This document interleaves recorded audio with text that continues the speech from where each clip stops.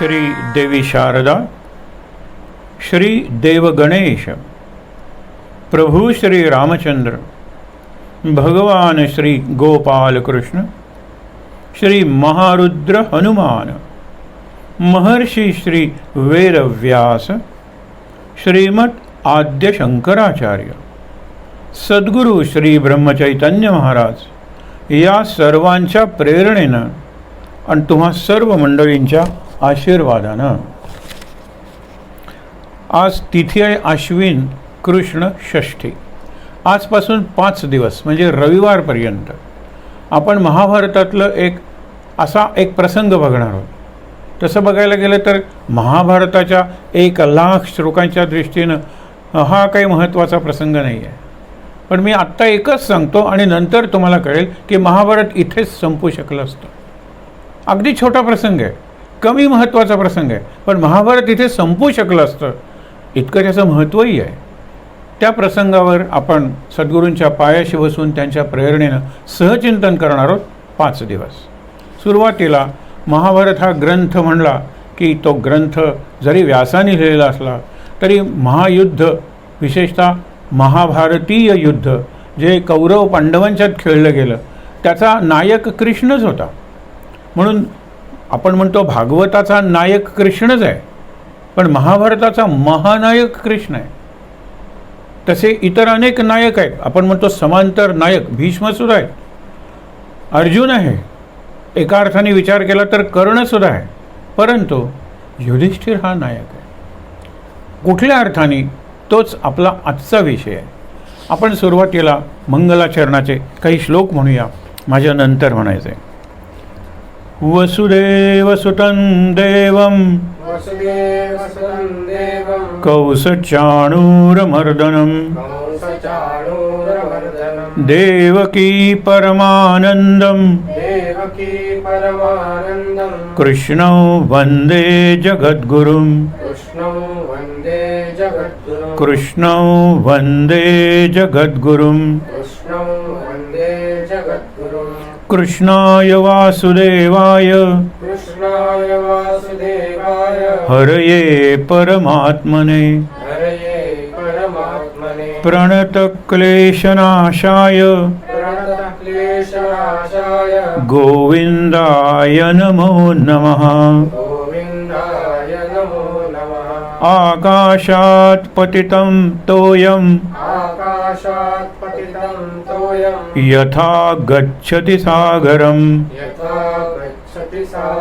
सर्वदेव नमस्कारः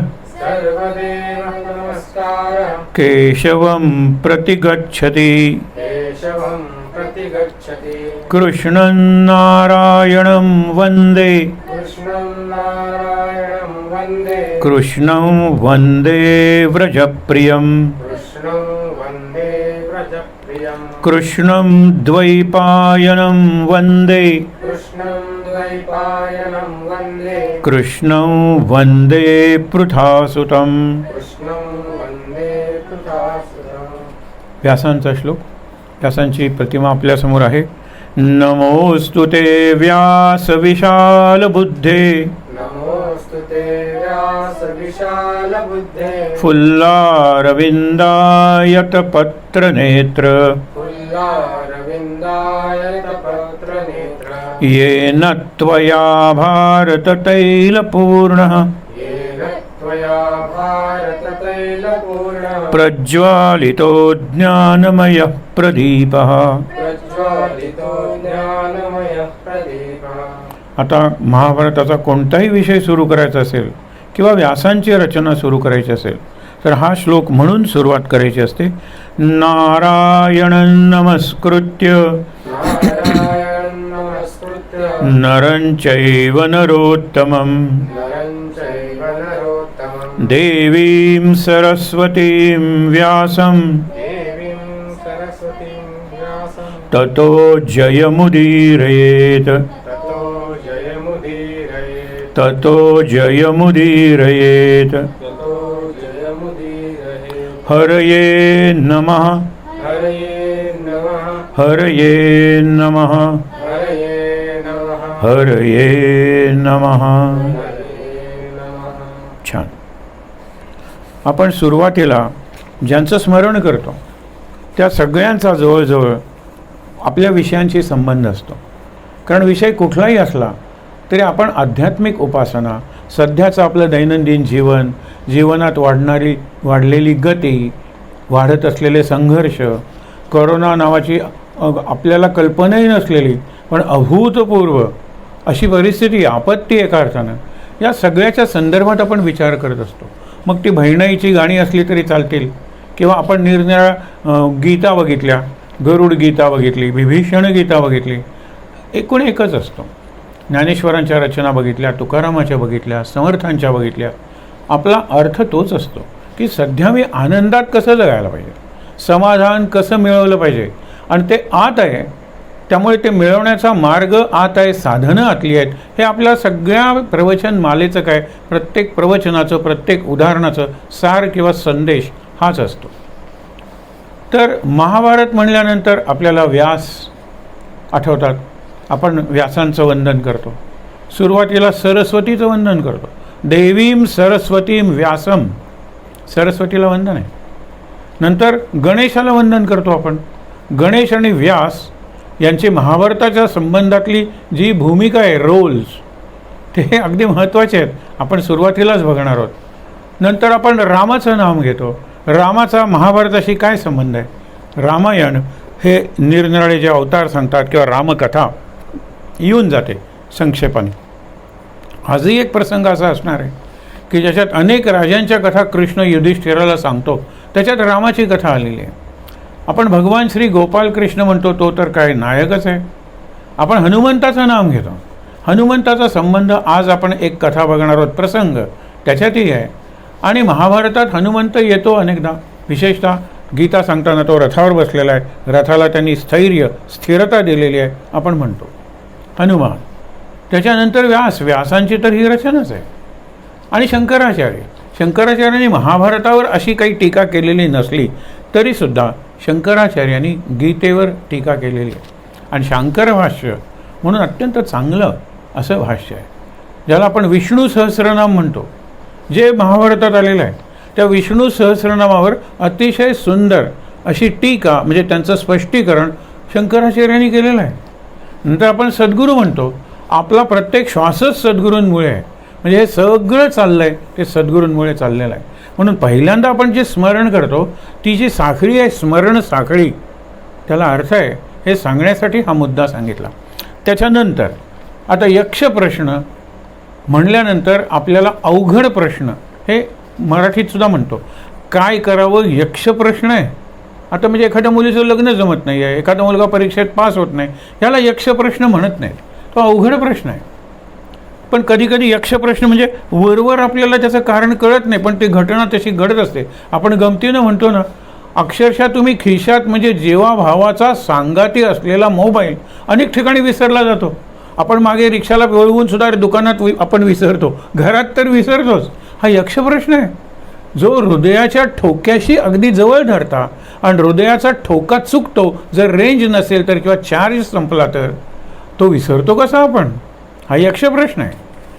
यक्ष प्रश्न म्हणजे कूट प्रश्न लोकांना वाटतात, कोडी नाही आहेत. संबंध आहे त्याचा महाभारताशी. ज्या वेळेला आत्ता सांगितलं ना की महाभारत स्फुरायला लागलं, ती कुणाची कथा होती? कौरव पांडवांची. कौरव पांडव कोण? व्यासांचे सख्खे नातू, हे लक्षात घ्या. मग त्यांची कथा लिहितोय. मग कुणाचा इतिहास लिहिणार आहे? जय नावाचा इतिहास. जय पांडवांना मिळाला. म्हणून पांडवांची नावं वर्णन करताना चांगली विशेषणं वापरतात. पांडवांच्या शंखांची नावं दिलेली असतात. कौरवांची नावं दुर्योधन, दुःशासन वगैरे अशी, अर्थात ही तशी ठेवलेलीच होती म्हणून. आणि कौरवांचा इतिहास हा पराजयाचा इतिहास आहे, म्हणून कौरव आलेच ना, त्याशिवाय युद्ध कोणाच झालं. पण पांडवांचा इतिहास व्यासाने सांगितला. तो सांगताना मध्ये मध्ये अडणारच की, कारण नाही म्हणलं तरी ही काव्यरचना आहे. काव्य शब्द चुकीचा आहे, पद्यरचना आहे, ज्याला व्हर्स म्हणतात, व्हर्सेस आहेत. पहिलं काव्य रामायण आहे, पण महाभारत वगैरे गीता हे गीत आहे आपण म्हणू शकू, काव्य नाही. उत्स्फूर्तपणे एका अर्थाने काय, सगळे ग्रंथ पद्यात आहेत. पद्य, गीत, काव्य, गाणं याच्यात काय थोडा फरक आहे. उत्स्फूर्तपणा हा सगळ्यांचा एक समान धागा आहे. पुढे बघूया आपण. तर ज्या वेळेला व्यासा म्हणाले मी लिहित बसलो तर माझी रचना अडणार आहे, प्रवाह अडणार आहे, आणि मी नुसतं विचार करत बसलो तर लिहिणार आहे कोण? हा एवढा महान ग्रंथ आपल्याकडून लिहिला जाणार आहे, लेखक किंवा लेखनिक म्हणून गणेशाला जर केलं तर विनंती. गणेश म्हणतो मी व्हायला तयार आहे, कारण तुमच्या प्रतिभेवर माझा विश्वास आहे, पण एक आहे माझी अट, की तुम्ही सांगताना थांबलात की मी निघालो. हे गणेशाची धमकी आहे. रावणाला सांगितलं तुझी संध्या संपून परत यायच्या आत गाईंचं हंबरणं सुरू झालं की त्यांना कुणाची आठवण येणार आहे? वासरांची. आणि मी आहे गुराखी, मी तो लिंग खाली ठेवलं. तर तसं इथे सांगतो. व्यास म्हणतात माझीही एक अट आहे, मी तुला सांगतो त्याचा अर्थ लक्षात घेऊन तो लिही. अर्थ लक्षात आला नाही विचार कर. म्हणून ज्या वेळेला व्यास अडायचे त्यावेळेला हा निघून जाईल म्हणून एक कूट प्रश्न म्हणजे कोडं घालायचे. अशी अनेक कोडी किंवा कूट प्रश्न महाभारतात आहेत, त्याच्यावर आधारित ग्रंथ आहेत. आणि गणपतीसुद्धा विचार करायला लागायचा, अरे याचं उत्तर काय असेल, याचं उत्तर काय असेल. मग असे कूट प्रश्न, असाच एक कूट प्रश्न विचारून आपल्याला वाटतं ना की तो विक्रम आणि वेताळ शेवट झाला का त्याचा, कसा झाला. असा कुठला प्रश्न विचारला की ज्याला उत्तर नव्हतं विक्रमाकडे, तो म्हणतो उत्तर आलं नाही तर तुझी शक्ल पडेल, माहीत असून दिलं नाहीस तर, आणि नाही तर मी निघालो. असा कुठला प्रश्न होता. आपल्याला सिंहासन 32 आहे, अशा 32 कथा आहेत. मग 32व्या शेवट कसा झाला. शुक 25 आहे. हे शुक म्हणजे ज्ञानी एका अर्थाने. 25 कथा आहेत. हे शेवटी काय सांगितलं. आपण म्हणतो 60 उत्तरांची कहाणी 5 उत्तरी सुफळ संपूर्ण. ते लिहिणंही तसं संपूर्ण शब्द कोण अवघड लिहित आहेत. असे सुद्धा कहाण्या संपतात. शेवटी संपायला काहीतरी लागतं. आता माझं स्तोत्र संपलं आहे म्हणून सर्व प्रहरणायुध ओम नम इति सर्व प्रहरणायुध हे परत रिपिटेशन करतात, म्हणजे संपायचं, स्तोत्र संपलं आहे. कारण पूर्वी अशा कागदावर लिहिलेलं असायचं ना. हां, आणि अजून चालू नसेल कशावरून, नाही तर खूण करायला पाहिजे म्हणून हीच खूण केली की शेवटचा श्लोक दोनदा म्हणायचा म्हणजे ते संपलं. तर तसं गणेशाला कूट प्रश्न घातले. ते यक्षप्रश्न नाही आहेत, महाभारतातील यक्षप्रश्न. असा जर विचारला तर महाभारतात कितीतरी यक्षप्रश्न आहेत की अरे आपली सून म्हणजे पुत्रवधू नाही, ती पौत्रवधू आहे. पुत्रवधू म्हणजे मुलाची, पण पौत्र म्हणजे नातवांची. भीष्माचार्यांचे नातू आहे ते, त्यांची द्रौपदी ही पत्नी आहे. ते असताना हे सगळे आचार्य का खाली मान घालून बसले. म्हणलं तर हा यक्षप्रश्न आहे. भीष्माचार्यांच्या वर्तनाच्या बाबतीत असे कितीतरी यक्षप्रश्न आहेत, पण ते महाभारतातील यक्षप्रश्न आहेत. आपल्या जीवनातही असे यक्षप्रश्न येतात. तुम्हाला 2 गोष्टी सांगतो छोट्याशा. यक्षप्रश्न आहे. पहिली आपण एक चीनी गोष्ट बघूया. एक जोडपं आहे, गरीब आहे, आणि गरीब असल्यामुळे बायको सतत कटकट करते. काय एवढी देवाची प्रार्थना करता पहाटे, मागा ना त्याला काहीतरी. तो तसं मागून मिळत नाही, पण तो इतका प्रामाणिकपणे आणि निष्काम भावनेनं प्रार्थना करतो सकाळी. त्यावेळेला एकदा तो प्रार्थना करत असताना त्याला सगळीकडे प्रकाश पडलेला दिसतो. आत्ता कसा सूर्य उगवला बघतो तर तो निळसर प्रकाश, आणि त्याच्यातून एक देवदूत येतो. त्याच्याकडे एक घंटा असते. तो म्हणतो की तुझी प्रार्थना पाहून देवानं मला तुझ्याकडे पाठवले. काय की ही घंटा तू घे, आणि ती घंटा ज्यावेळेला वाजवशील त्यावेळेला दूर कुठल्या तरी प्रदेशात किंवा देशात एक माणूस मरेल की ज्याला जीवन नकोसं झालं आहे. तो देवाला प्रार्थना करतोय, देवा उठव रे, देवा ने रे तुझ्याकडे. म्हणजे उलट तो दुवाच देईल. तू इथे घंटा वाजव. कुठल्या तरी देशात कुठला तरी माणूस, अत्यंत श्रीमंत माणूस, ज्याला जीवन नकोसं झालेलं आहे, तो मरेल. आणि त्याने मृत्यूपत्रात लिहून ठेवलेलं आहे, माझ्या मृत्यूला जो कारण होईल, या वेदनातून यातनातून मला जो सोडवेल त्याला माझी सगळी संपत्ती नेऊन द्या. ती संपत्ती मी तुला आणून देतो, फक्त एकदा घंटा वाजव. झालं. निघून जातो देवदूत. उद्या बरोबर याच वेळेला मी 24 तास तुझ्याकडे. आता हा इतका आहे, म्हणतो की मी संपत्ती मला मिळेल, कुठला माणूस मरणार आहे त्यामुळे, ते पाप नाही का लागणार मला. हा इतका चांगला आहे. पण त्याचं दुसरं मन की अरे पण त्याला मुक्तीच मिळणार आहे ना, म्हणून तर त्यांनी सगळी संपत्ती जो कोणी माझ्या मृत्यूला कारण बनेल त्याच्यासाठी लिहिलेली आहे. पण तरी हा खूनच नाही का एका प्रकारचा. मी जाणून बुजून करतोय की नाही. म्हणून घंटा वाजू नये म्हणून घंटेचा जो टोल असतो ना तो हातात धरून बसला, चुकून सुद्धा घंटा वाजता का म्हणे. बायको म्हणते आज पहाटे कोणाशी बोलत होता? त्यावेळेला तो म्हणतो नाही कोणाशी नाही, मी ऐकलंय ना. आणि हातात एक घंटा कुठली, काय देवाची घंटा नाही आहे. मग त्याला सगळं सांगावंच लागतं. देव मग वाजवा ना घंटा, आपलं हे 18 विश्व दारिद्र्य आहे ते जाईल. त्यावेळेला तो म्हणतो नाही नाही नाही, कुठल्या माणसाला काय, अहो पण तो तुम्हाला दुवा देईल ना मरताना, की त्याला सोडवलं तुम्ही आता, इकडे त्या घंटा मी घणा वाजवते. तू वाजवून काही होणार नाही आहे, कारण मी अत्यंत निष्काम भावाने प्रार्थना करतो. अशाच माणसाला ही घंटा दिली जाते, देवदूतांनी मला सांगितलं आहे. आज म्हणला मी शेतावर जाणार नाही आहे कारण घंटा वाजायला नको, म्हणून तसाच घंटा धरून बसतो. 24 तास झाल्यानंतर तो देवदूत येतो, काय रे घंटा नाही वाजवलीस? तो म्हणतो की कुणाला तरी मारून त्याची संपत्ती मिळवण्यापेक्षा मी आहे गरीब, ते गरिबी परवडली. तो म्हणाला की मी ही घंटा घेऊन घरोघरी चांगल्या माणसांच्या घरी फिरतोय, कुणीही घंटा वाजवत नाही. हा यक्ष प्रश्न आहे. तुमच्या सगळ्या जन्माचं दारिद्र्य जाईल, परत जो मरेल त्याला तो तुम्हाला दुवा देऊन मरणार आहे, तरी तुम्ही का नाही वाजवत घंटा? हा यक्ष प्रश्न आहे.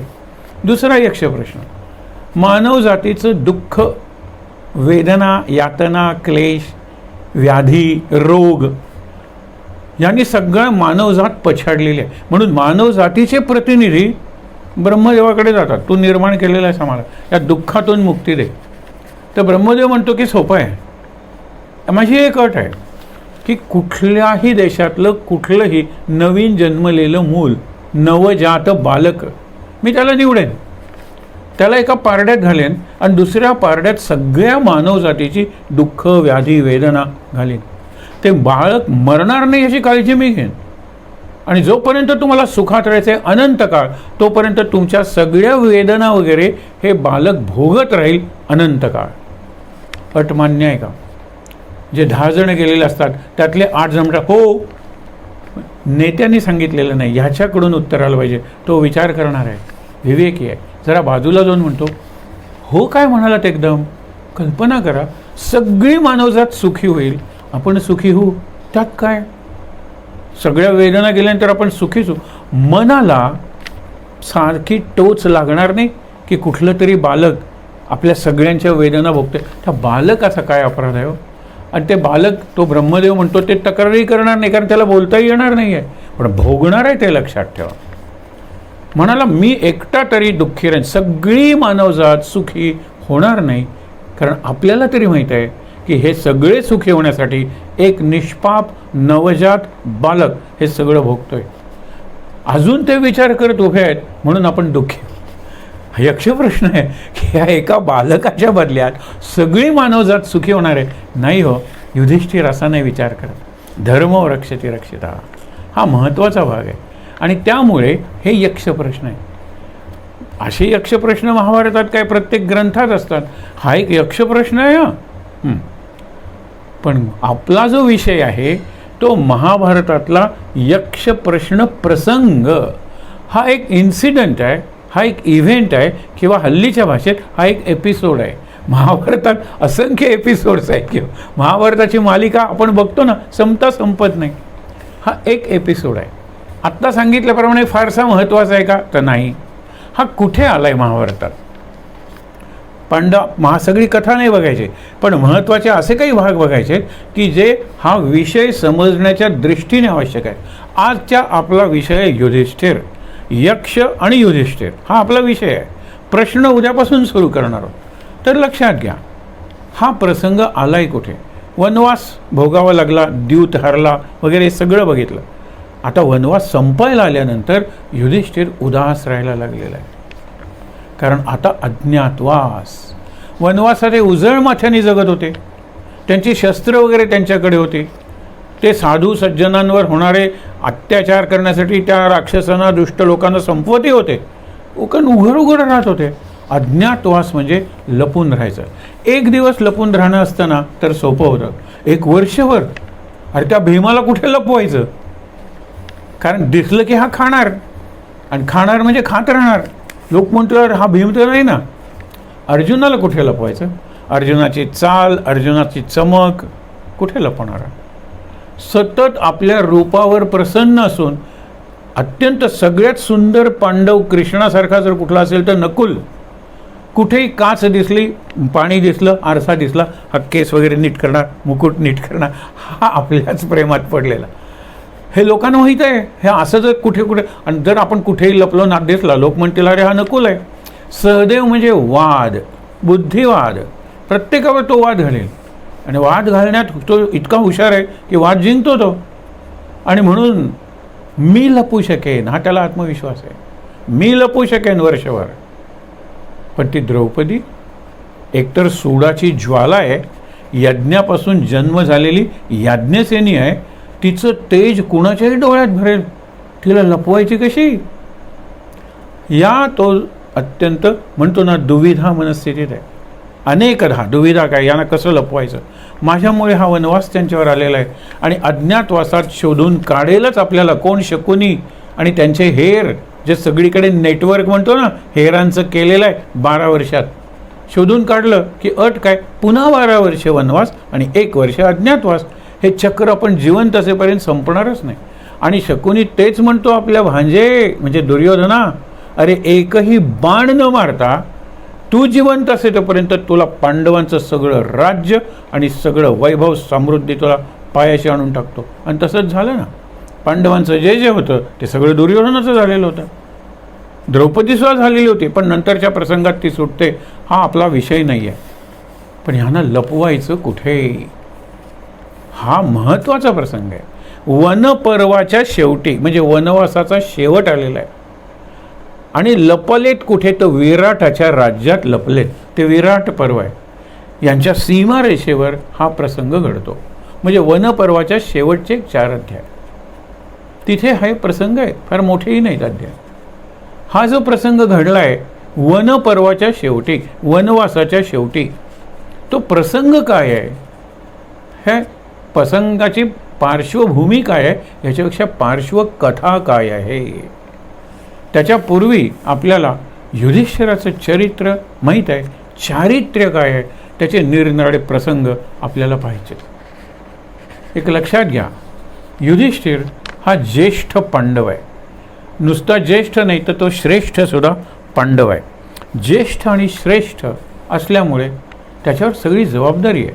एक तर वनवासाची जबाबदारी म्हणजे एका अर्थाने आपण म्हणतो ना त्याच्यावर तो आरोप केलेला आहे आणि तो दिसला की द्रौपदी आणि भीम सतत आरोप करत राहतात, तुझ्यामुळे तुझ्यामुळे. आणि त्याचं एकच उत्तर आहे, धर्मो रक्षती रक्षिता. जो धर्माचं रक्षण करतो त्याचं रक्षण धर्म करतो. आहे धर्मराज वनवासात आणि तो अधर्मराज दोन्हीकडची राज्य भोगतोय, इंद्रप्रस्थ आणि हस्तिनापूर. सतत म्हणायचे पण तो शांतपणे सांगायचा, ही एक लढाई आहे, युद्ध अजून व्हायचंच आहे. आणि धर्मो रक्षती रक्षिता, सत्याचा विजय होतो आणि सत्याचा विजय हा शेवटी होतो. सुरुवातीला असत्याचा विजय झाल्यासारखा वाटतो, अन्याय अपराध अनिती यांचं राज्य आहे असं आपल्याला वाटतं, पण ते संपत असतं. शेवटी धर्मराज्य, न्यायाचं राज्य हेच खरं राज्य. हे कोणाला पटणार आहे, पण हा सगळं शांतपणे सहन करत असतो. ते करत असताना हा जो उदास त्याची मनोवृत्ती आहे, उदास मनोवृत्तीत हा विचार करतोय. त्यावेळेला वडील आपल्या मुलाचं रक्षण करण्यासाठी अनेकदा महाभारतात अवतरले आहेत. आपण बघूया ना की अर्जुनाला कर्ण मारू शकतो, कारण कर्णाला एक शक्ती दिलेली आहे. कुणी दिलेली आहे? इंद्राने दिलेली आहे. आणि इंद्र कोण? अर्जुनाचा पिता. म्हणजे आपल्या मुलाला मारण्यासाठी अमोघ अशी शक्ती की ज्या शक्ती मारल्यानंतर समोरची व्यक्ती मेलीच पाहिजे, अशी का दिली इंद्राने? असं काय घडलं होतं? इंद्राला कळतं की जोपर्यंत कवच कुंडल असलेला कर्ण अर्जुनासमोर आहे तोपर्यंत कर्णाला मरण नाही आहे. इंद्राला हेही माहीत असतं की कर्णाचं एक सुंदर असं एक त्याचा व्यवहार असतो. आंघोळ केली, अंग पुसून पहिला जो याचक असेल तो मागेल ते त्याला द्यायचं. इंद्राने ठरवलं की आपण उद्या पहिला याचक बनायचं. पहिला याचक म्हणजे काय? काय मागायचं? पाहिजे ते माग, तुझी कवच कुंडल दे. आणि कवच कुंडल आपण हरण केली की तो वध्य झाला. हे इंद्राच्या मनातलं सूर्याला कळलं ना, कारण सूर्य सर्वसाक्षी.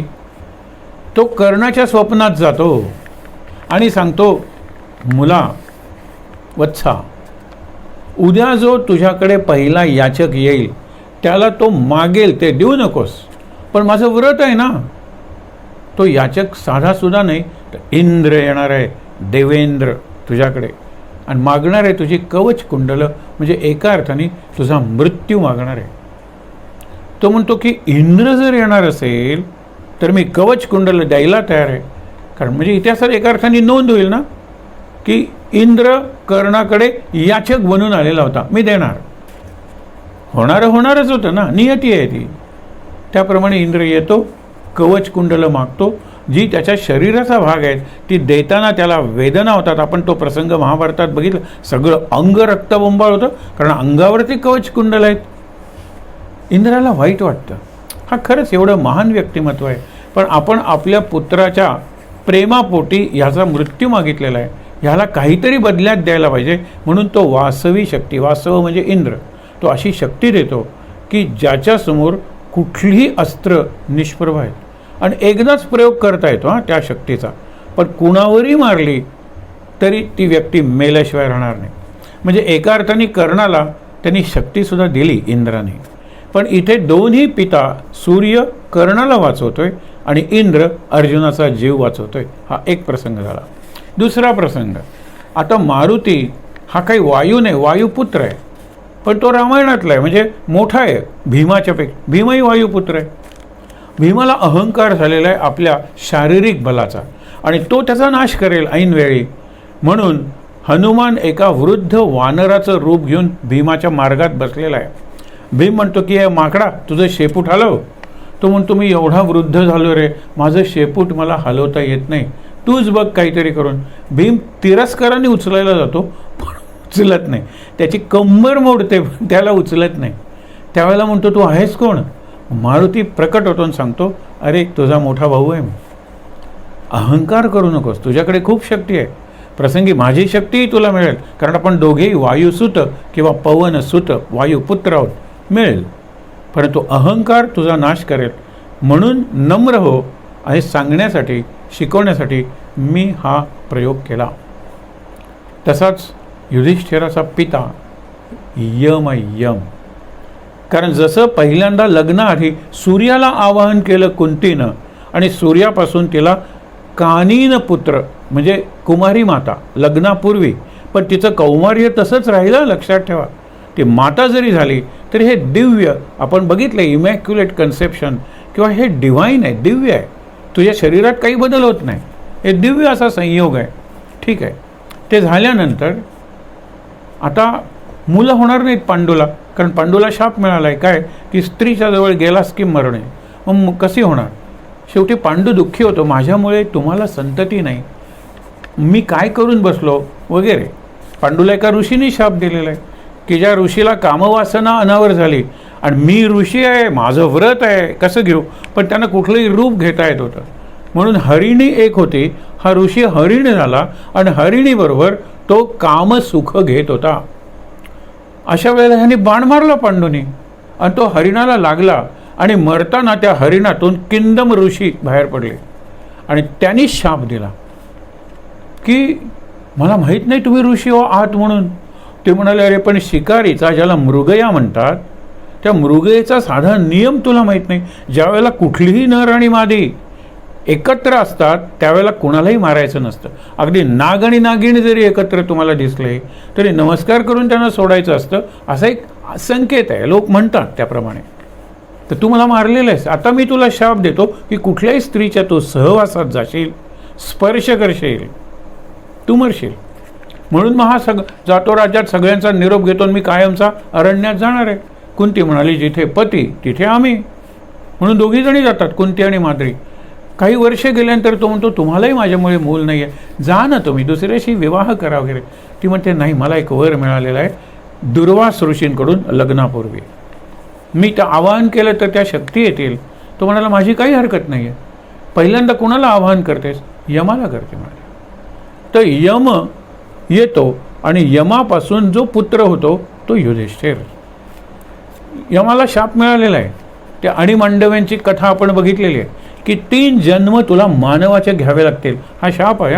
शापाच्या पोटात वरदान आहे, कारण मानवच स्वतःचा उद्धार करून घेऊ शकतो. मानव कर्म करतो पुण्य, मानव कर्म करतो पाप. कर्म करण्याचं स्वातंत्र्य त्याला आहे. भोगायचं आलेलं आहे त्याला स्वातंत्र्य नाही येतो, प्रारब्ध आहे ना.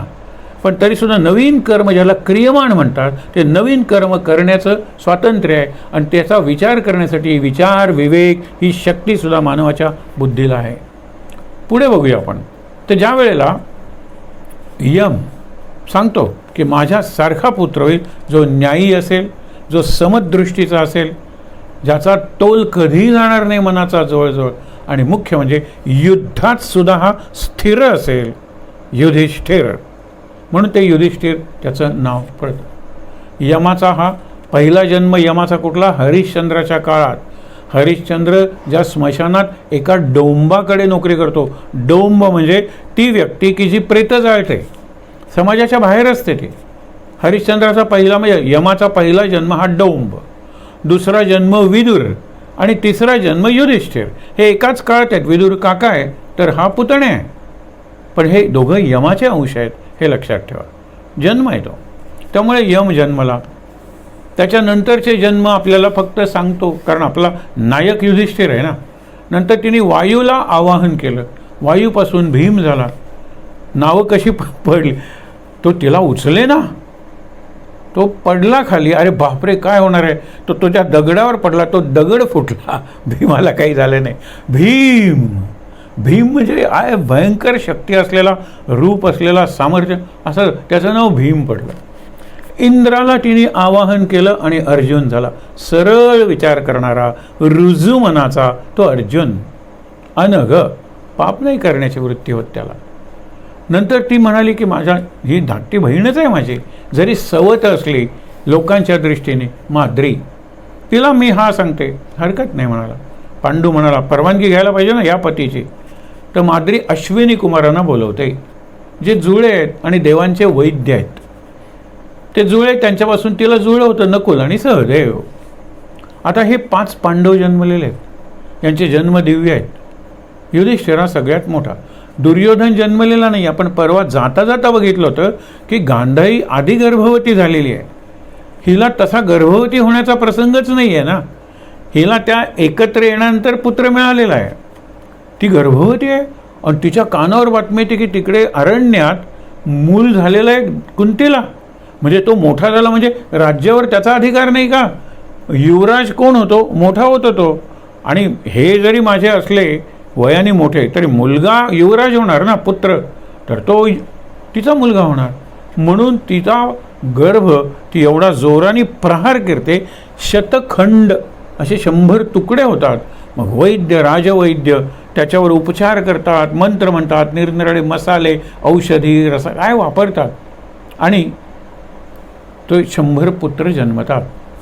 दुर्योधन हा युधिष्ठिरापेक्षा लहान आहे सर्वच दृष्टीने, पण युधिष्ठिराचे पिताश्री सिंहासनावर आहेत. आज हा उल्लेख पुढे येणार आहे, म्हणून आत्ता एवढंच फक्त बघूया. म्हणून तो म्हणतो की वडील ज्याचे सिंहासनावर आहेत त्या वडिलांचा मुलगा सिंहासनावर बसला पाहिजे.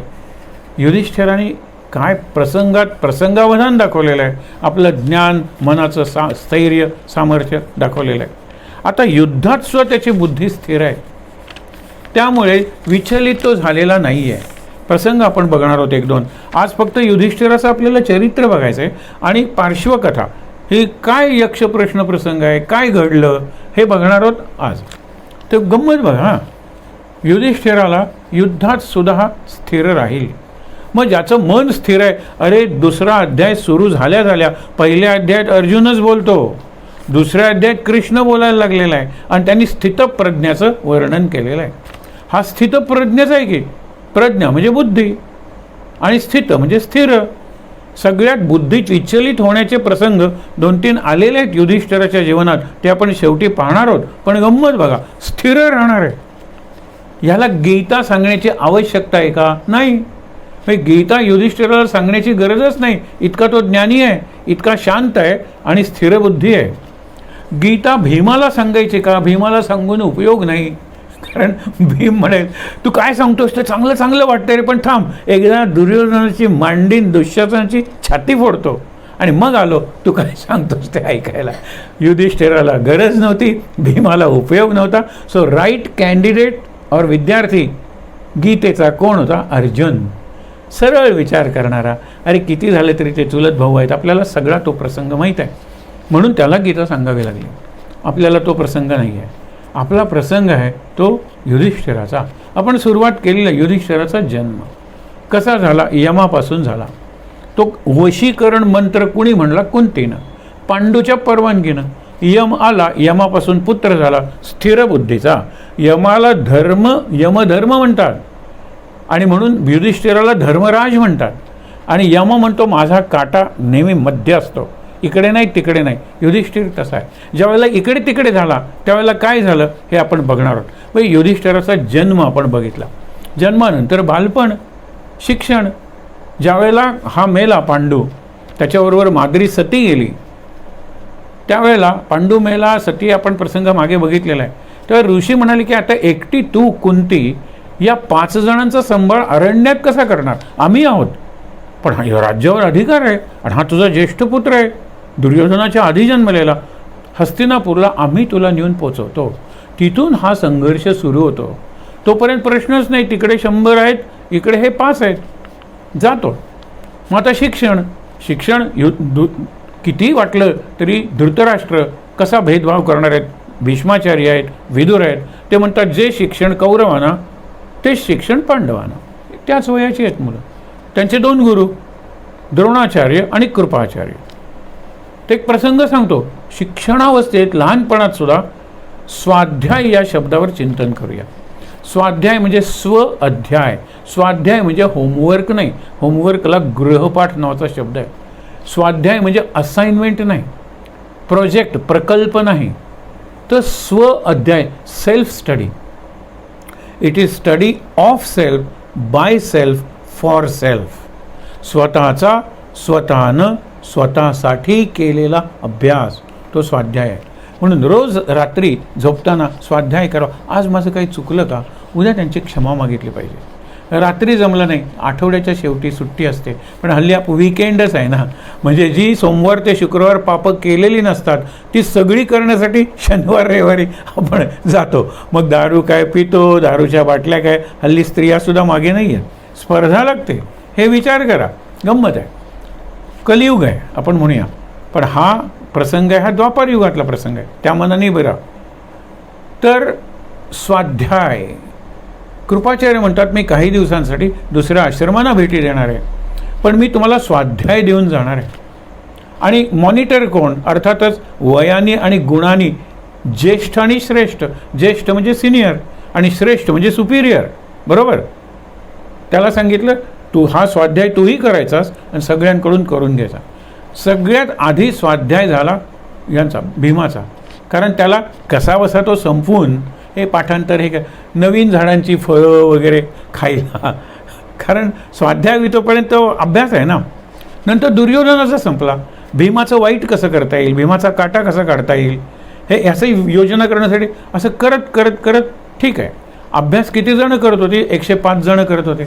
कृपाचार्य परत आले. अभ्यास ज्यांनी केलेला नाही आहे, स्वाध्याय, अभ्याससुद्धा शब्द नाही आहे, स्वाध्याय ज्यांनी पूर्ण केलेला नाही आहे त्यांनी उभं राहावं. सगळे खाली बसलेले आहेत, युधिष्ठिर उभा आहे. त्यांना आश्चर्य वाटतं, युधिष्ठिरा तुला मी सांगितलेला स्वाध्याय नाही झाला म्हणाले. बरं, मी सांगितलेले अनेक अध्याय होते, त्यातला एक अध्याय तरी झाला का? नाही म्हणतो.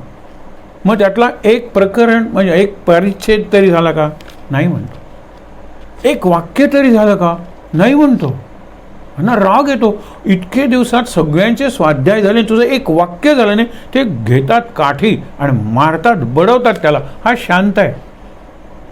शेवटी ते म्हणतात की का नाही एकही वाक्य झालं? तो म्हणला आत्ता माझा पहिल्या वाक्याचा स्वाध्याय झाला, इथून पुढचा स्वाध्याय आता याच्या पुढे मी सुरू करणार. पहिलं वाक्य कुठलं होतं? क्रोध जिंका. आत्तापर्यंत राग येईल अशी परिस्थितीच निर्माण झाली नव्हती. तुम्ही शांतपणे मला तुम्ही रागानं मला मारत होतात, मी शांत होतो. त्यांनी छडी फेकून दिली. मी कुठे क्रोध जिंकला आहे? हा काय माझा विद्यार्थी आहे का शिक्षक आहे? कॉन्कर युअर अँगर, क्रोध जिंका. आपल्याला असा स्वाध्याय करता येईल का हो? आपण दुसऱ्याला फक्त ब्रह्मज्ञान सांगतो, स्वतः कोरडा पाषाण असतो, हे लक्षात घ्या. तर हा त्याचा कसला प्रसंग आहे? बालपणाचा प्रसंग आहे. आता तो थोडा मोठा झाला. मोठा झाल्यानंतर युवराज निवडायचा आहे. सगळेजण म्हणतात की युधिष्ठिरच योग्य आहे, निवड कशाला करायला पाहिजे? पण दुर्योधन, त्याचा तो शकुनी, कर्ण, ह्यांना दुर्योधन झालेला पाहिजे. आणि त्याचे वडील आहेत ना, ह्यांना कुठे आहेत वडील? नाही आहेत, मेलेले आहेत. तर विदुराला म्हणतो की सगळ्यांचं संमती, सगळ्यांच्या देखत होऊन जाऊ द्या की. तर एकदा राजसभेत एक बाई येते, केस विस्कटलेले आहेत, कपाळाचा कुंकू पुसलेला आहे, काकणं फोडलेली आहेत, अशी ती येते. आणि ती आल्यानंतर छाती बडवत म्हणते, मला न्याय द्या, न्याय द्या. माझ्या नवऱ्याचा खून झालेला आहे, मी गरीब, आता मी कोणाकडे बघू? कुणी केला खून? इतक्यात येतात सैनिक, यांनी केलेला खून आणि यांनी खूनाची कबुली दिलेली आहे. तू केलास का खून? हो. का केलास? मी गरीब आहे, माझ्याकडे पैसे नव्हते संसार चालवायला. ज्याला मी मारलं त्याला मी ओळखतही नव्हतो. मग मारण्यामागे मला पैसे मिळावेत एवढाच उद्देश होता. तो काय माझा शत्रू नव्हता. तुला पैसे कोणी दिले? यांनी दिले. आता राजसभेत सगळे लोक होते, त्याच्यात जो वैश्य होता एक शेठजी, त्यांनी मला पैसे दिले याला मारण्यासाठी. म्हणजे ही कदाचित पहिली सुपारी असेल ना इतिहासातली. पैसे दिले, मी मारलं. अरे पण तू कशाने मारलंस? तलवारीनं. ती तुझ्याकडे होती? नाही, यांनी दिली, सेनापतींनी. म्हणजे सेनापतींनी रक्षण करायचं का दुसऱ्याला परस्पर मारण्यासाठी आपलं साधन द्यायचं, हत्यार द्यायचं? आता सगळा दृश्य झाल्यानंतर त्यांनी सांगितलं दुर्योधनाला, उठ आणि न्याय कर. तो म्हणाला, ज्यांनी प्रत्यक्ष खून केलेला आहे त्याला 40 वर्षांची शिक्षा, ज्यांनी खून करण्यासाठी पैसे दिलेले आहेत त्या वैश्याला 30 वर्षांची शिक्षा, ज्या सेनापतीने आपला हत्यार दिलेला आहे त्याला 20 वर्षांची शिक्षा, आणि ब्राह्मण ज्यांनी ही सगळी योजना तयार केली त्याला 10 वर्षांची शिक्षा. साधू साधू सगळेजण टाळ्या वाजवले, योग्य न्याय दिलेला आहे. आता युधिष्ठिरा, तुला हा न्याय योग्य वाटतो का? युधिष्ठिर किती नम्र आणि सुसंस्कृत आहे. दुर्योधनाने न्याय दिला तो चुकीचा आहे असं मी कसं म्हणू?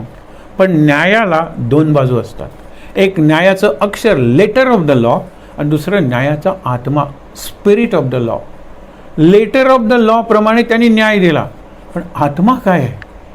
हा न्यायाचा, हे जी कलमं तयार केलेली आहेत, आपण म्हणतो ना या कलमाप्रमाणे ही शिक्षा, ती का केलेली आहेत? गुन्हे वाढावेत म्हणून नाही, गुन्हे होऊ नयेत म्हणून. गुन्हे होऊ नयेत हा जर असेल तर मला तरी वाटतं की तो अत्यंत अगतिक आहे. त्याच्याकडे पैसे नाहीत आणि त्याच्याकडे याला मारायला दुसरा काही हेतूही नाही. तो शत्रू नाही, त्याला ओळखतही नव्हता, त्याला 10 वर्षांची शिक्षा. आपल्या पैशाचा उपयोग करून लोकांना दान करायचं म्हणजे असे गुन्हे होणार नाहीत. तर त्या वैश्याने पैसे देऊन मारा, खुनाला मदत केली, त्याला 20 वर्षाची शिक्षा. सेनापतीच्या तलवारीनं या देशाचं, राष्ट्राचं, समाजाचं, कुटुंबाचं रक्षण करायचं का खुनासाठी तलवार द्यायची, त्याला 30 वर्षाची शिक्षा. आणि ब्राह्मणाची बुद्धी समाजातला अन्याय, हिंसा कमी व्हावी म्हणून वापरायची का खुनाचा प्लॅन तयार करायचा, का खुनाची योजना? त्या 40 वर्ष शिक्षा. पहिल्यांदा काही क्षण शांतता आणि नंतर जोरात साधू साधू. विदुर म्हणाला की तुम्हाला काय वाटतं? सगळे मंत्री वगैरे ते म्हणाले, युधिष्ठिराने कायद्याचा आत्मा जपलेला आहे आणि तोच महत्त्वाचा आहे. यांनी फक्त कायद्याप्रमाणे इंटरप्रिटेशन केलं of the letter of the law and he maintain the spirit of the law. कायद्याचा आत्मा हाच जास्त योग्य आहे. ह्या परीक्षेमुळे तो युवराज्यपदाला योग्य ठरला. पुढे आता त्याला युवराज झाला असता तर इतिहास बदलला असता. मग ते द्यूत वगैरे या सगळ्या घटना घडल्या आणि युवराजचा अभिषेक झाला त्याला. खरं त्याला युवराज्याचा अभिषेक झाला. मग तो परत म्हणत होता, मामाजी मामाजी ये क्या हो गया, अरे ठहरो हम कुछ करेंगे. आणि मग सगळं ते राज्याचा विभाग, मग यांचं हे, मग ते राजसूय यज्ञ, मग परत आल्यानंतर मग ते द्यूताला आमंत्रण देऊया आणि पुढे सगळा वनवास. आणि जिथे वनवास संपतो तिथे आपण येऊन पोचणार आहोत. तिथे यक्ष प्रश्न हा प्रसंग आहे महाभारतातला, तो सुरू होतो. आता पुढचा प्रसंग बघा ना, की ज्या वेळेला युधिष्ठिराला 3दा राज्याभिषेक झाला. आत्ता युवराज्याभिषेक हस्तिनापूरला झाला, पण तो बसू शकला नाही. कारण बसला तरी काय अर्थ होता, कारण हा धृतराष्ट्र होताच की जिवंत, आणि धृतराष्ट्र विदुर आणि भीष्माचार्य यांच्या मदतीने राज्य करत होता. हा फक्त बसला युवराज म्हणून. नंतर राज्याचे 2 तुकडे केले, हे भांडणं संपणार नाहीत म्हणून. जो भाग मिळाला पांडवांना तिकडे त्यांनी इंद्रप्रस्थ राजधानी निर्माण केली कृष्णाच्या मदतीने. तिथे त्याला राज्याभिषेक झाला, हा दुसरा अभिषेक. आणि युद्ध संपल्यानंतर सगळे कौरव मारले गेले म्हणून हस्तिनापूरला सम्राट म्हणून 3रा राज्याभिषेक झाला. 3 राज्याभिषेक होऊन सुद्धा युधिष्ठिराच्या डोक्यावर राजमुकुट क्वचितच होता. कारण 12 वर्षे वनवासात काय राजमुकुट घालून राहणार आहे? सगळेजण अगदी जटाजूट वगैरे एखाद्या तपस्व्यासारखे राहत होते. अज्ञातवासात तर काय काहीच नाही, लक्षात येता कामा नये. आणि तिकडे तो दुर्योधन, म्हणून दैवाची गती ही घन असते, आपल्याला कळत नाही. दुर्योधनाला एकदाही राज्याभिषेक झाला नाही. दुर्योधनाच्या वडिलांना आपण जर प्रत्यक्ष शब्द वापरायचा असेल, दुर्योधनाच्या बापाला नाही झाला राज्याभिषेक. तो आपला बसला होता, कारण पांडू गेला, मी बसणार नाही म्हणून अरण्यात घेऊन तिकडे तो मेला. विदुर योग्य आहे पण दासीपुत्र आहे, हा सुद्धा आंधळा आहे की हा योग्य नाही आहे सिंहासनावर बसायला. पण एका बाजूने विदुर, दुसऱ्या बाजूने भीष्माचार्य, 2 डोळे झाले आणि त्यांनी ते राज्य चालू ठेवलं. हा राजा आहे. म्हणून दुर्योधनाच्या डोक्यावर कायम मुकुट आहे, राजमुकुट. आणि शेवटी तो मुकुट दूर जाऊन पडतो आणि आपण बघितलं की त्या मुकुट डोक्यावर घालण्यासाठी तो फरफटत जायचा प्रयत्न करतो, पण जमत नाही. कारण भीमाने त्याच्या दोन्ही मांड्यांचा लगदा केलेला एक चिखल, जाता येत नाही. फार करुण आहे हे दृश्य. पण तोपर्यंत मुकुट त्याच्या डोक्यावर आहे, ह्याच्या डोक्यावर क्वचित आहे. पण 3दा राज्याभिषेक युधिष्ठिराला झालेला आहे. आता वनवासात यांना खिजवण्यासाठी, चिडवण्यासाठी हे सगळे येतात. कोण? दुर्योधन, 100 कौरव, कर्ण, भीष्माचार्य, सगळे द्रोणाचार्य, सगळे येतात. कशासाठी? जाऊया ना त्यांचा हे घ्यायला, समाचार घ्यायला. पण समाचार घेताना खिजवायचं. काय तुमचं जीवन, आम्ही कशा आरामात आहोत. चालेल. येताना ते म्हणाले की अरे चांगला सरोवर आहे, तिथे गंधर्व, म्हणजे मानवाच्याही वरच्या अवस्था आहे, ते गंधर्व काय करत होते? जलक्रीडा करत होते. बाजूला व्हा, हे आमच्या राज्याचा भाग आहे. ते म्हणाले तुमचं राज्य पृथ्वीवर असतं, आमचं राज्य सगळीकडे असतं. चित्रसेन नावाचा गंधर्व आहे का चित्ररथ, तो म्हणाला आमच्याशी युद्ध करण्याचा वेडेपणा करू नका. याच्याकडे कर्ण, भीष्माचार्य सगळे पराभव. ते गंधर्व पराभव करतात आणि दुर्योधन, दुःशासनांना बांधून नेतात. हे बघितल्यावर भीमाला एवढं हसू येतं, कारण भीमाचा शत्रू क्रमांक 1 दुर्योधन आणि त्याचा शत्रू क्रमांक 1च्याही आधीचा कोण? तर भीम. हसत येतात सांगायला. बरोबर अर्जुन, तो तेवढा हसत नसतो, पण त्यालाही बरं वाटलेलं असतं. त्यावेळेला युधिष्ठिर त्यांना रागवतो आणि हसता काय? एकमेकाशी परस्पर लढताना आपण 5 आणि ते 100, पण 3रा कुठला तरी शत्रू येतो आणि तो आपल्यावर हल्ला करतो, हस्तिनापूरच्या राजपुत्रांवर. त्यावेळेला आपण 105 असतो. वयम 5 आपण 5 आणि ते 100, 105 असतो. जा त्यांचा पराभव करा, यांना सोडवून द्या. चित्ररथात पराभव करतो कोण? अर्जुन, भीम जाऊन, आणि यांना सोडवतात. गंधर्वांना बांधून, पण कशाला? तेही जातात निघून. म्हणजे हे खिजवण्यासाठी आलेले आपली तोंड काळी निघून जातात. स्वतःचा केवढा अपमान करून घेतलेला आहे. पण युधिष्ठिराचं तत्त्वज्ञान बघा. वयम 5 आणि युधिष्ठिरावर कितीही निंदा केली भीमाने, तरी युधिष्ठिराच्या सगळ्या आज्ञा हे उरलेले 4 भाऊ आणि ती पत्नीसुद्धा पाळत होती. कुंतीचा आपल्या पहिल्या मुलाबद्दल काय विचार आहे तो एक स्वतंत्र प्रसंग आहे. आपण विदुलाख्यान वगैरे ते कृष्णसुद्धा त्याला मान देत होता. तर युधिष्ठिराला सगळे ऋषी मान देत होते. म्हणून 12 वर्ष यांचा जो वनवास आहे तो ऋषींचा सहवास आहे.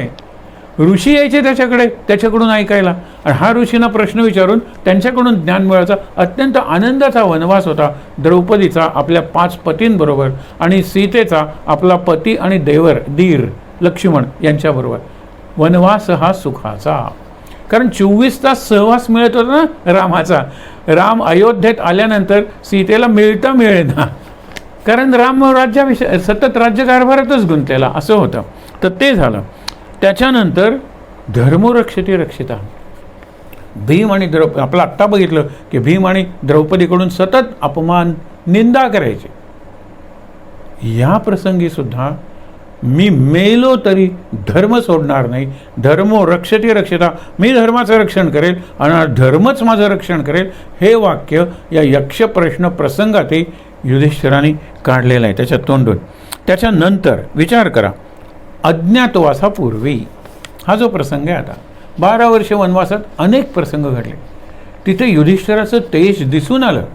केवढा तो आहे, हा एवढा महा असा पुरुष आहे की हे एकमेव व्यासानी महाभारतात रंगवलेलं.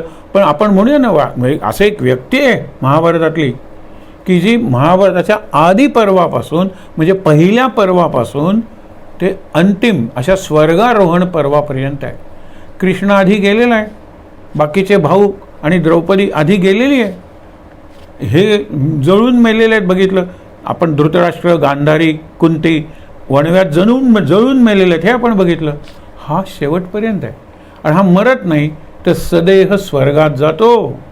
म्हणजे संपूर्ण महाभारतवर व्यापून राहिलेली, आकाश जसं सर्वव्यापी आहे तसं जर व्यक्तिमत्व कुठलं असेल तर युधिष्ठिर, आणि त्याचं चारित्र्य अनेक प्रसंगात दिसलेलं आहे. अनेक ऋषी आल्यानंतर त्यांच्या भोजनाची व्यवस्था करायला पाहिजे ना, म्हणून सूर्याचा उपासना करून सूर्यस्थाली ही युधिष्ठिराने मिळवलेली आहे. द्रौपदी वापरते, त्या द्रौपदीची थाळी आपण म्हणतो ती युधिष्ठिराची थाळी आहे. एक प्रसंग आपल्याला माहीत आहे मागे की 10,000 शिष्याने घेऊन दुर्वास ऋषी जेवायला आलेले आहेत. कारण हस्तिनापूरला गेलेले असताना त्यांची चांगली सेवा, आदरातिथ्य कुणी केलेलं आहे? दुर्योधनानं. त्यावेळेला साहजिकच दुर्वास म्हणाले, दुर्वासारखे ऋषी म्हणतात मागेल ते देतील. तो म्हणाला मला काही कमी नाही ऋषीवर, तुमच्या कृपेनं. ही फार गोडबोले असतात ना, त्यांच्या साखर पेरणी म्हणतात. मधु तिष्ठती, जिभेवर मध असतो, हृदयात हालाहल विष असतं. आम्हाला काही नको, पण बिचारे पांडव आणि ती तेजस्वी कुंती ते वनवासात आहेत. तुम्ही त्यांच्याकडे जेवायला जा, आणि तुम्हाला भोजन घातलं की त्यांना खूप पुण्य मिळेल, महापुण्य मिळेल. त्यावेळेला त्यांना आश्चर्य वाटतं, पण तथा असतो म्हणून ते जायला लागतात. काही अंतर गेल्यानंतर दुर्योधन धावत जातो ऋषीवर. एक सांगायचं राहिलं, संध्याकाळच्या भोजनाला जा. त्यावेळेला दुर्वास हसले, हो संध्याकाळच्या भोजनाला जातो. कारण सूर्यास्तानंतर त्या थाळीतून अन्न निघत नव्हते, ती सूर्यच थाळी होती. गमतीनं म्हणायचं असेल तर सोलर कुकर, पण सोलर कुकरमध्ये आपल्याला डाळ तांदूळ घालावे लागतात. त्या सूर्याच्या थाळीतून निर्माण होत होते. It is not solar cooker, सूर्यच होता, ते सूर्याची थाळी होती. आणि सूर्य हा अन्नाचा निर्माता आहे पृथ्वीवरच्या. तर काय कमी होतं? संध्याकाळच्या जेवणाला हे आले संध्याकाळी आणि म्हणाले, खूप चालून आलेलो आहे युधिष्ठिरा, यथेच्छ भोजन. भोजन बाबतीत 2 शब्द वापरतात, यथेच्छ आणि यथेष्ट. इष्ट भोजन म्हणजे तो जर शाकाहारी आहे तर त्याला शाकाहारीच, आणि यथेच्छ म्हणजे तृप्त होईतोपर्यंत. आणि शेवटी यजमानाने सांगायचं असतं, सावकाश जेवा. सावकाश म्हणजे हळू जेवा, भरपूर खा. पण सावकाशचा दुसरा अर्थ अवकाश म्हणजे पोतळी. इतकं जेवू नका, थोडीशी पोकळी पोटात ठेवा. हवेसाठी. इतकं आकंठ जर जेवलात ना, अशा निरनिराळ्या गोष्टी सांगितल्या जातात जे पूजेला जातात वगैरे त्यांच्या. तो म्हणतो गोळी घ्या, तुमचं पोट ओसड. गोळी घ्यायला जागा असती तर अजून एक लाडू खाल्ला नसता का? तळमळतोय. अशा कितीतरी गोष्टी, किस्से असतात या. पण गंमत बघा, तो म्हणाला काही हरकत नाही ऋषीवर. अशा वेळेला द्रौपदी त्याला मागे बोलवते. आपण गमतीन म्हणतो ना, ही एक भाषा असते. ही स्वयंपाक, ही कुटुंबातली भाषा. ती पत्नी जी व्यावहारिक आहे ती सांगत असते की तुम्ही त्याला हो म्हणाल, पण घरात तो पदार्थ नाही आहे. आणि हल्ली एक स्टाईल झाली, यस यस, ही एक दुसरा स आहे. यस सर, सर म्हणायचं नाही, काम करायचंच नाही या, यस स. हां, तर तसा स स ती म्हणते, पण हा ऐकत नाही आहे. या वर्षीवर आपल्या सगळ्यांना परत येई तोपर्यंत भोजन तयार असेल. आणि मग ती सगळी कृष्णाला म्हणते धाव, कृष्ण म्हणतो मला भूक लागली आहे, ही म्हणते दुष्काळात 13वा महिना यांचा अधिक आहे. तर कृष्ण म्हणतो असेल ते घाल.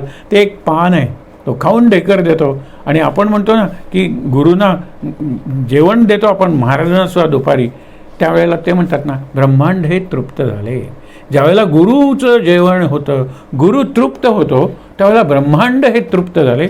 हा काय कृष्ण गुरुच आहे, वंदे कृष्ण, तो ढेकर देतो. असं जेवण यापूर्वी जेवलं नव्हतं. आणि तिकडे ते सगळे ढेकर द्यायला लागतात. काही पुराणात आहे, कीर्तनकार रंगवतात, ते ज्या नदीत करत होतात ती नदी आमरसाची होते.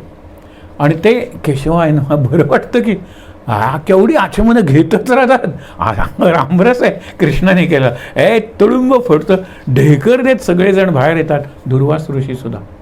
आता जर आपण परत गेलो तर अत्यंत सत्शील पुण्यश्लोक प्रातस्मरणीय असा जो युधिष्ठिर आहे, त्याच्या अन्नाचा अपमान जर झाला तर आपल्याला म्हणून ते अंधारात तोंड काळं करतात. कोण? दुर्वास आणि त्याचे. हा अजून काय येत नाहीत, अजून काय येत नाहीत. त्यावेळेला कृष्ण म्हणतो ते येणार नाहीत. अरे पण मी त्यांना बोलवले भोजनाला, नाही येणार, ते गेले, तृप्त झाले.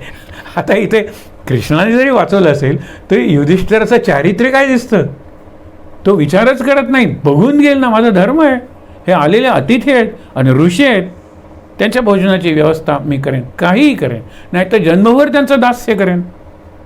मी भोजन घालू शकलो नाही, पण तुम्ही सांगाल ते काम शेवटपर्यंत मी करेन. धर्म रक्षते रक्षिता, हे सगळं आहे. त्याच्यानंतर युधिष्ठिराच्या अनेक परीक्षा घेतल्या गेलेल्या आहेत. त्यात 3 परीक्षा ज्या आहेत ना, त्यातली पहिली परीक्षा म्हणजे यक्षप्रश्न. आता आपण यक्षप्रश्नाच्या बॅकग्राऊंडकडे, पार्श्वभूमी नाही, आत्ता बघितली ती एका अर्थाने पार्श्वकथा, त्या प्रसंगाकडे येऊन थांबणार आहोत. उद्यापासून प्रश्न सुरू करणार आहोत. 3 परीक्षा कुठल्या? पहिली परीक्षा यक्षप्रश्न, ते तर आपण बघणारच आहोत. दुसरी परीक्षा, हे सगळेजण स्वर्गारोहणाला निघतात. कृष्णाने देह ठेवलेला आहे, अर्जुनाने द्वारकेतल्या माणसांना जे काही जिवंत राहिली परत आणलेलं आहे. तेव्हा आता सगळ्या राज्याची व्यवस्था लावतात आणि सांगतात काय की आपण जाऊया स्वर्गारोहण. जात राहतात. पहिल्यांदा द्रौपदी पडते म्हणजे मरते, नंतर सहदेव, नकुल, अर्जुन, भीम सगळे पडतात. तो वर जातो स्वर्गाच्या दारापर्यंत. त्यावेळेला द्वारपाल म्हणतो या या. त्यांना माहीत आहे हा यमाचा अंश आहे, यमच आहे हा, यमाला काही यमाच्या राज्यात प्रवेश नसेल. तो अगदी दार उघडतो, या या. कुत्र्याला तो म्हणतो की आधी जा. तो म्हणतो कुत्र्याला, प्राण्यांना प्रवेश नाही, प्राणी ही भोगयोनी आहे, कर्म करत नाहीत.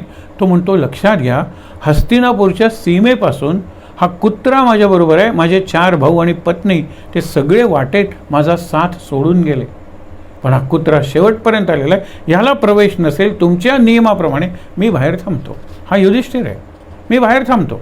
त्यावेळेला कुत्र्यातून यम प्रकट होतो, म्हणतो पुत्रा मला तुझा अभिमान वाटतो, मी तुझी परीक्षा घेत होतो. ही दुसरी परीक्षा. आता सन्मानानं स्वर्गाचं वर्णन इकडे तिकडे बदकत निघालेलं आहे. इतक्यात साधू साधू, धन्यवाद धन्यवाद. युधिष्ठिर म्हणतो साधू म्हणजे खूप छान खूप छान, धन्यवाद. हे कोण कोणाला धन्यवाद देत आहे? तर तो म्हणतो इथे नरकात जी माणसं अत्यंत यातना, त्यांना वेदना होत आहेत, ती धन्यवाद देत आहेत. कुणाला देत आहेत? तुला देत आहेत. मी काय केलं आहे त्यांच्यासाठी? अरे तुझ्या अंगावरून जो वारा गेला ना, तो इतका शांत करणारा होता की त्यांना जरा त्या नरक यातनातून बरं वाटलं. आणि म्हणून ते म्हणतात, आपण उन्हात जात असताना वाऱ्याची झुळूक आली, आता जरा बरं वाटलं, पाणी प्यायल्यानंतर वाटतं ना तसं. तर तो म्हणतो माझ्या अंगावरून गेलेल्या वाऱ्यामुळे जर यांना बरं वाटत असेल तर मी कायमचा इथेच राहतो ना त्यांची सेवा करत. त्यावेळेला तो पुत्रा, ही तुझी तिसरी परीक्षा होती, तो हाही विचार केला नाहीस. आपण स्वर्गात प्रवेश केलेला आहे, स्वर्गात नरक असेल कुठून, पण तू विचारही केला नाहीस. नरकाची आणि स्वर्गाची दिशा विरुद्ध आहे, इकडे कसा स्वर्ग असेल. पण ह्या नाही तर मी इथे राहतो, मला तुझा अभिमान वाटतो. आणि नंतर तो स्वर्गात गेलेला युधिष्ठिर. युधिष्ठिराच्या या तिन्ही परीक्षेत तो उत्तीर्ण झालेला आहे. पण सगळ्यात आधी परीक्षा घेतली ती केव्हा घेतली, कुठे घेतली, कोणत्या कारणासाठी घेतली, आणि त्यात हा कसा उत्तीर्ण झाला, हा उद्याचा विषय आहे. जी पार्श्वकथा आपण म्हणली, उद्या त्या पार्श्वकथेपासून सुरुवात करणार आहोत.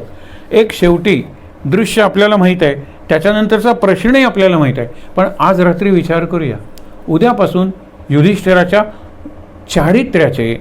युधिष्ठिर चारित्र्यात बुद्धी वगैरे सगळे आहेत, जे निरनिराळे पैलू आहेत त्याचं दर्शन देणारं आणि 2021 साली सुद्धा उपयुक्त असलेलं ज्ञान. किंवा युधिष्ठिर काय हे सगळं, ती कथासुद्धा तुम्हाला काल्पनिक वाटेल. अरे पण प्रश्नोत्तर, अरे काय प्रश्नोत्तर सुंदर आहेत. त्याच्यावर आपण उरलेले 4 दिवस विचार करणार आहोत. ज्या वेळेला युधिष्ठिराचा 3दा तोल गेलेला आहे. एकदा मेलाय कोण? अभिमन्यू. त्यावेळेला अर्जुन दुसरीकडे लढत होता म्हणून अर्जुन अभिमन्यूच्या मदतीला आला नाही. अर्जुन आणि कृष्ण आल्यानंतर, अरे तुम्ही दोघंजण रणांगणात असताना आपल्या सर्वांचा लाडका अभिमन्यू मेला ना, जाळून टाक तुझं ते धनुष्य. हा रागवलेला आहे, एका अर्थाने निंदा केलेली आहे. पुढचा प्रसंग आपण मागे बघितला आहे, परत कधीतरी चांगला प्रसंग येतो, पण मनाचा तोल गेलेला आहे. नरोवा कुंजरोवा म्हणजे मारला अश्वत्थामा. जो हत्ती अश्वत्थामा अमर झाला आहे, अजूनही आहे म्हणतात. तर तो हत्ती मारला ज्याचं नाव अश्वत्थामा होतं, आणि कृष्णाने सगळीकडे अश्वत्थामा मेला, अश्वत्थामा. आणि अश्वत्थामा नावाचा एकमेव होता ना, हत्तीचं नाव कोणाच्या लक्षात येत आहे सांगा बरं. पण अश्वत्थामा मेला सगळीकडे. द्रोणाचार्यांनी सांगितलं, अत्यंत अप्रिय वार्ता आली तर मी शस्त्र खाली ठेवेन, मग कुणीही मला मारावं. द्रोणाचार्यांना आम्ही मारणार नाही, आमचे गुरु आहेत. पांडव त्यांना मारणार नव्हते. त्यांना मारण्यासाठी द्रुपदाने जो पुत्र मागितला होता तो पांडवांच्या सैन्याचा सेनापती होता, दृष्टद्युम्न. तो म्हणतो, पण हे माझ्यापेक्षा पराक्रमी आहेत. तो दृष्टद्युम्न द्रोणाचार्यांचा विद्यार्थी आहे. त्याचं युद्ध कौशल्य सगळं द्रोणाचार्यांनी शिकवलेलं आहे. हे सगळं महाभारतातून शिकण्यासारखं आहे, विचार करण्यासारखं आहे, आणि योग्य ते अनुकरण करण्यासाठी, अनुसरण त्याप्रमाणे जगण्यासाठी आहे. तर इथे तो अर्धसत्य बोलला की नाही. नरोवा कुंजरोवा कृष्णाने ऐकू दिलं नाही, जोरात शंख वाजवला म्हणतात. तो म्हणाला मी खोटं बोलणार नाही. अरे पण नरोवा कुंजरोवा, अश्वत्थामा मेला. तो हत्ती का माणूस? माणूस म्हणजे तुमचा पुत्र, मला माहीत नाही. त्यांनी सांगितलं नरो म्हणल्यानंतर शंख वाजवला. अश्वत्थामा नावाचा नर मेला म्हणजे तुमचा पुत्र. कुंजरोवा, पण अर्धसत्य हे असत्यच असतं. त्याचा रथ हे वर्णन करण्याचे लिए वीतभर जमिनीच्या वरून फिरत होता, ज्याला हल्ली लेव्हिटेशन म्हणतो. तो काय सामान्य होता का? सत्य प्रतिज्ञ, सत्यनिष्ठ, आणि सत्य हे म्हणलं तर खूप हलकं आहे. त्यामुळे त्याचा रथ वरतूच आला. ज्या वेळेला हे अर्धसत्य बोलला, खाडकन त्याचा रथ खाली आलेला आहे आणि तो जमिनीला भयंकर घर्षण झालं. डोळ्यासमोर आणत ठेणग्यासुद्धा उडल्या असतील, आणि नंतर परत तो रथ वरती आला. हे झालेलं आहे. आणि तुम्हाला सांगतो, तिसऱ्यांदा त्याचा तोल गेलेला आहे, ज्यावेळी त्यांनी स्त्री जातीला शाप दिला की कुठलंही रहस्य तुमच्या तोंडात राहणार नाही, तीळ भिजेतोपर्यंत राहणार नाही. कारण तो सांगतो आईला की कर्ण आमचा मोठा भाऊ होता, हे रहस्य तो कर्ण मरेपर्यंत तू मनात ठेवलंस, स्त्री जातीच्या मनात काही उरणार नाही. हा त्यांनी स्त्री जातीला शाप दिला. आपण गमतीने म्हणतो की त्यांच्यात तीळ भिजणार नाही. तीळ भिजायला किती वेळ लागतो तेवढं सुद्धा त्या रहस्य ठेवू शकणार नाही. तुला म्हणून सांगते हां, ती तुला म्हणून सांगते हां, असं होणार. पण पुरुष काही निराळे नसतात. पुरुषांचं सत्य वाटाणा भिजेतोपर्यंत तोंडात राहील. आपण म्हणूया ना असं, शेवटी माणूसच आहे ना तो. तर ते झाल्यानंतर त्यांनी शाप दिला. हा त्याचा तिसरा तोल गेला होता. पण ज्या वेळेला तो खोटं बोललेला आहे, त्यामुळे स्वर्गात जाताना त्याचं एक बोट गळून पडलेलं आहे. तो संपूर्ण देहानं गेलेला नाही आहे. ते अर्धसत्य बोलल्यामुळे त्याचं एक बोट गळून पडतं आणि मग तो स्वर्गात जातो. आपण आज रात्री विचार करूया, आपलं काय काय गळून पडेल. आपण जे असत्य बोललेलो आहे, बोलतोय आणि बोलत राहणार आहोत, अहो केसन केस गळून पडेल. आणि अशी परिस्थिती येईल, आता याला स्वर्गात कशाला, स्मशानातच न्या, इतकं आपलं गळून पडेल सगळं. ठीक आहे. युधिष्ठिराचं चरित्र आणि त्याच्यापेक्षा युधिष्ठिराचं चारित्र्य आणि त्यातून युधिष्ठिराचं चित्र आपण डोळ्यासमोर उभं केलेलं आहे. आपल्यासमोर जो महाभारताचा ग्रंथ आहे त्याच्यात वैशंपायन जन्मेजयाला सांगतायत.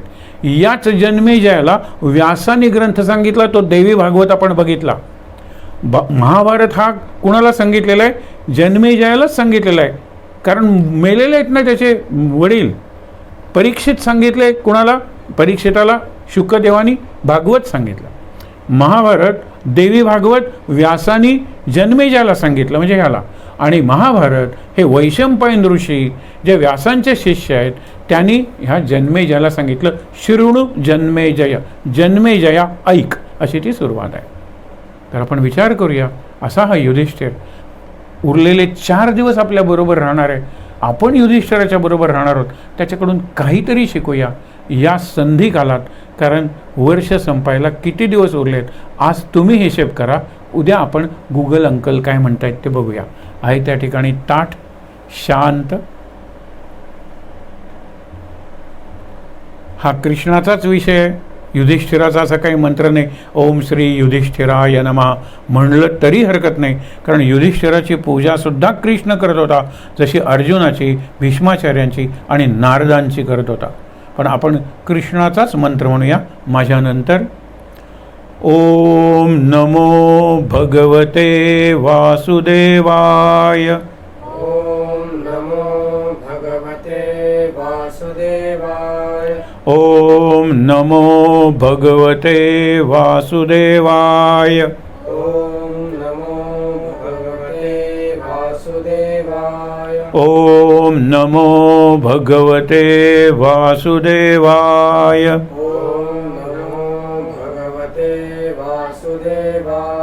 ओम नमो भगवते वासुदेवाय.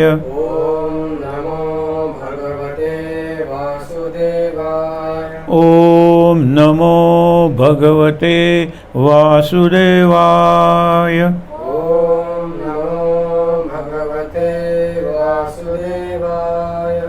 शांत.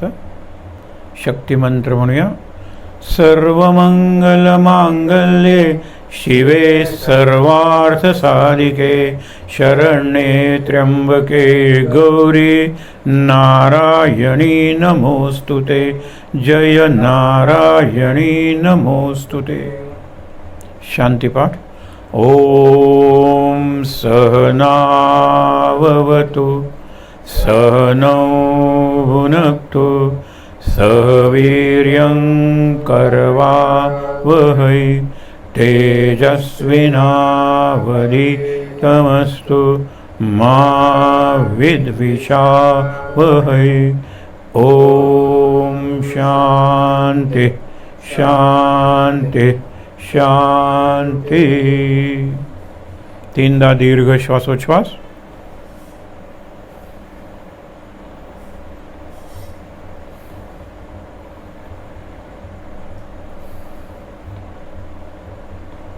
हातावर हात चोळूया, ते चेहऱ्यावर, डोळ्यांवर चोळूया. सावकाश डोळे उघडून सद्गुरुनाथ, ज्या गीतेत ज्या महाभारतात हा प्रसंग आलेला आहे त्या महाभारताचा किंवा कृष्णार्जुनांचा हा प्रसंग, महाभारताचा ग्रंथ आहे आपल्याकडे, जे वाङ्मयी मूर्ती आहे ज्याच्यात हा प्रसंग आहे. व्यास महर्षी आणि कृष्ण भगवान सर्वांचं शांत दर्शन घेऊया. शांत आनंद. महाराज महाराज महाराज.